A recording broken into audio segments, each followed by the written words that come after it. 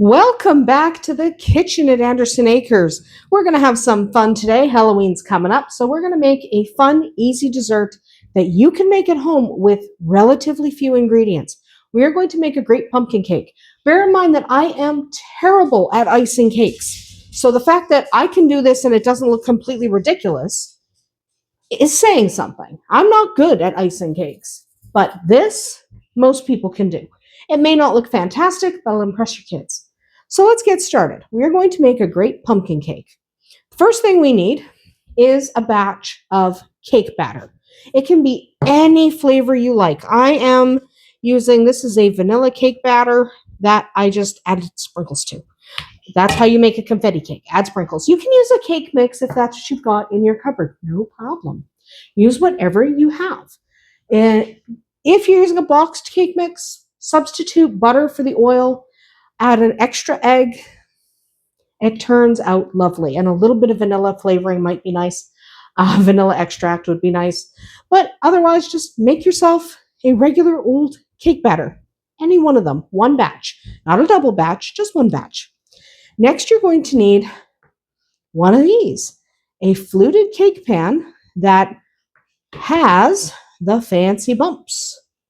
Okay? They can either be straight bumps or swirled bumps. It doesn't matter. You can use the straight angel food cake pan. Yeah, you can do that. That's fine. But I like the one that has some lines on it. Next, we need to grease it. I'm using a cooking spray. And you can use cooking spray. You can use cake goop. You can do the whole butter flour trick, whatever you want. I happen to have cooking spray, and that's empty now. There we go. Used it up. But grease your pan. Mine's silicone, so it'll be fine, but still, I don't want it sticking. Okay? Next thing we're going to do is take this entire thing and pour it in. Just pour it in. Okay? The whole thing. Try not to pour it up on the edges. Let it flow, let it settle. And how long you're going to cook this? Well, that's going to depend on the cake you're making. If you're making a denser cake, it's going to take longer. This one's going to take about 40 minutes at 350. So, about 40 minutes. Do not underbake your cake, okay? This cake needs stability.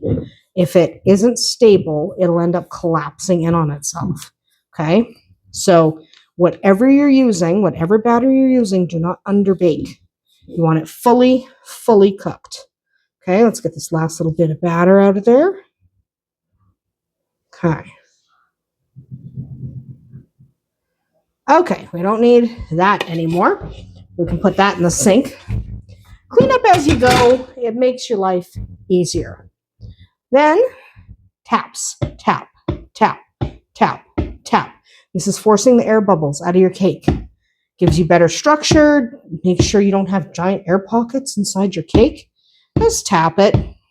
You don't have to be gentle. Okay? Whack that thing. And you'll see the bubbles appear on top. And they start popping. That's what you want to happen. So tap it for a couple minutes. Whether you're using silicone or a metal pan or a glass pan, doesn't matter. Be gentle with your glass pan so you don't break it.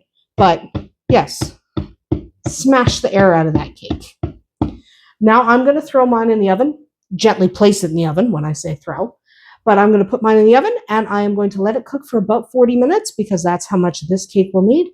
If you're using a boxed cake, check the package directions. It'll probably tell you how long to bake it. Otherwise, follow the directions for the recipe you're using. If you're doing a flute cake and you're not using a cake recipe designed for it, you might have to add a few minutes. So just be aware that you might have to add a few minutes to your bake time. Do not underbake. We'll come back when this comes out of the oven.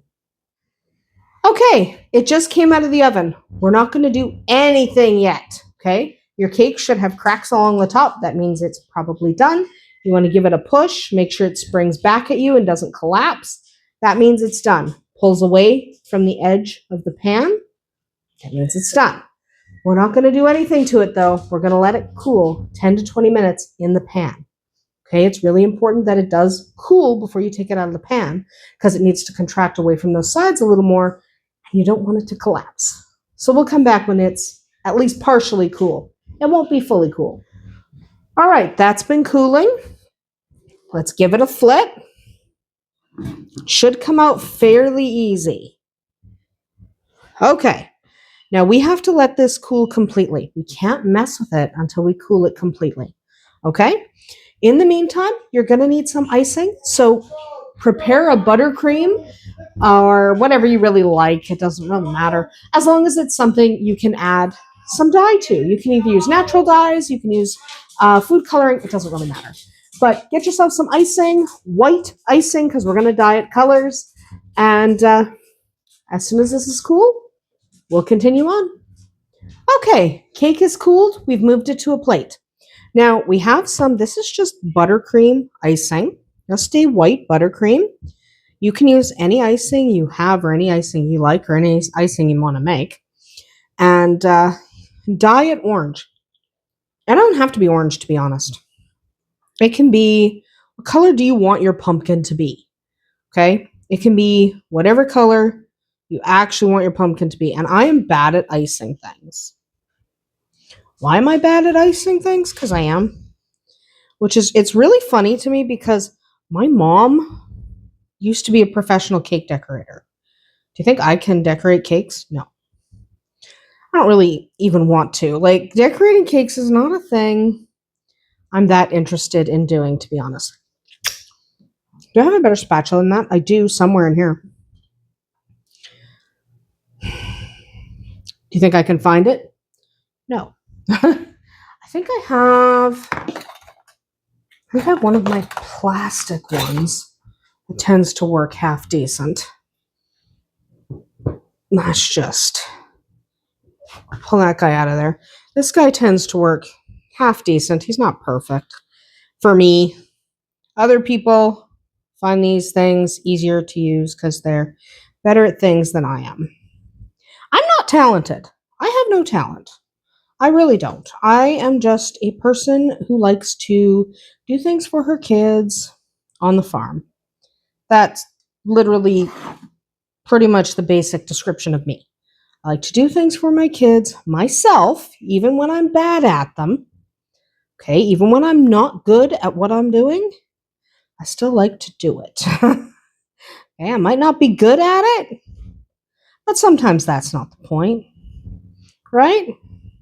Sometimes being good at it's not the point. So hopefully you're better at this than I am.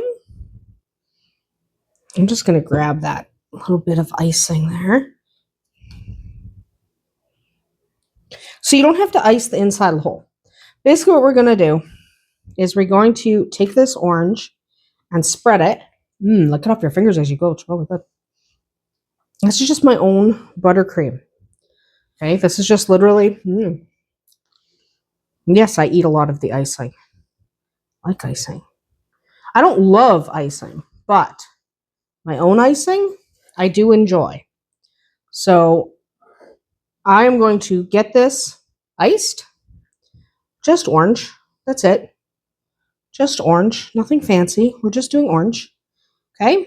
And then we will come back because we're not going to watch me do this whole thing. I'm terrible at it and I'm awkward at it. And it's just better if you come back when I'm finished. Not that it'll look any better, but at least you won't have to sit here painfully watching me do this. Because I will admit, it's a painful thing. We'll be right back. All right, cake iced. Do a better job than I did. I was kind of in a hurry, obviously. Okay. Ice cream cone with a flat bottom. Mine happens to have chocolate on it. Yours does not need to have chocolate on it. What we're going to do is we're going to go around this chocolatey. So this is dyed green, obviously. This chocolatey edge here we're going to go around. So somebody will inevitably ask me, should I use traditional food dyes or should I get natural ones? Judgment call. So I don't sweat food dyes.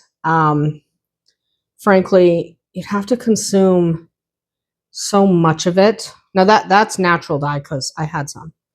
But I don't sweat the food dye issue. And the reason I don't care that much is the amount you'd have to consume for it to actually be an issue is not practical. Okay. It's, you're not going to be able to eat that many things that have that much dye in them for it to actually be an issue, because all compounds that you consume, everything from water to everything, has a toxicity level. So an amount your body can handle. And after that, it becomes toxic. Okay. The amount you'd have to eat of food dyes for it to affect you, you're not going to do it.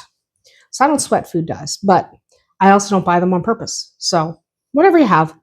Okay. Ice cream cone. No, I haven't finished the top. Put this in here. I like to press it in at a bit of an angle. Okay. And then we're going to take a little bit, just a little bit, just a little bitty bit. Icing, finish off the top. Again, it doesn't matter. And we have some green left over. We're going to put that in a piping bag. I'm not going to make you watch me struggle to get icing into a piping bag. We will skip that part and I'll come back.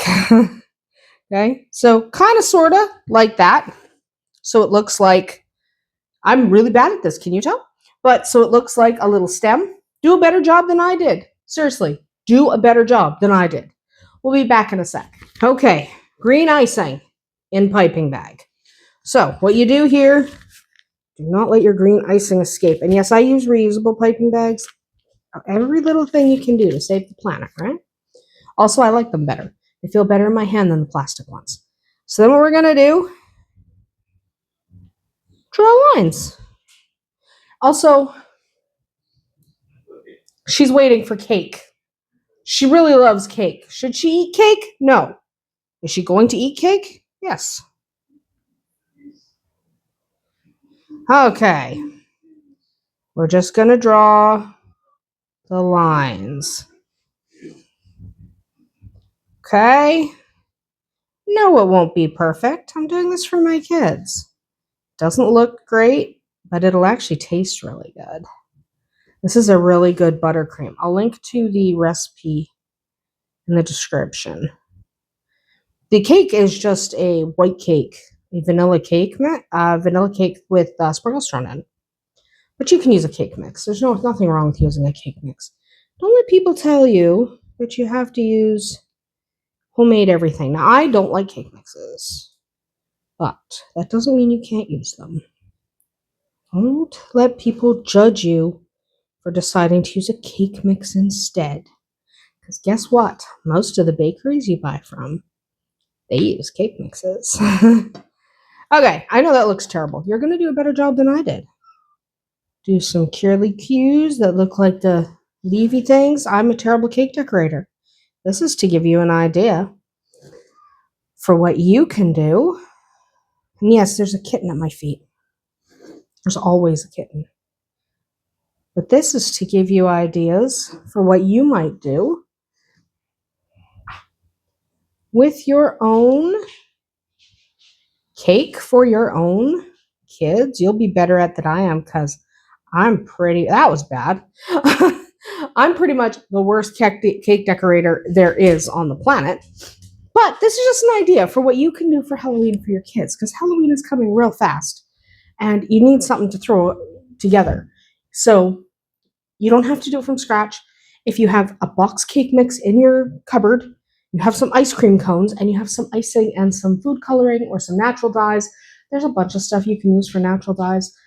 If you want to do yellows, for example, you can use a turmeric or a saffron or things like that. Calendula makes a good yellow dye. There's a lot of things you can use, but you don't have to. If you don't want to use natural, like I've got a mix of natural dye and artificial, it's not really that big a deal. Use what you've got, have fun with your kids, and hopefully you guys have fun at Halloween like we're going to. Halloween's one of our favorite holidays because there are no expectations. Anyway, that is going to be it for here tonight at Anderson Acres. I know I did a terrible job. You're going to do a better job. Let me know in the comments below how much better yours is than mine, because mine's pretty terrible. But you get the idea. We'll see you tomorrow, and happy Halloween.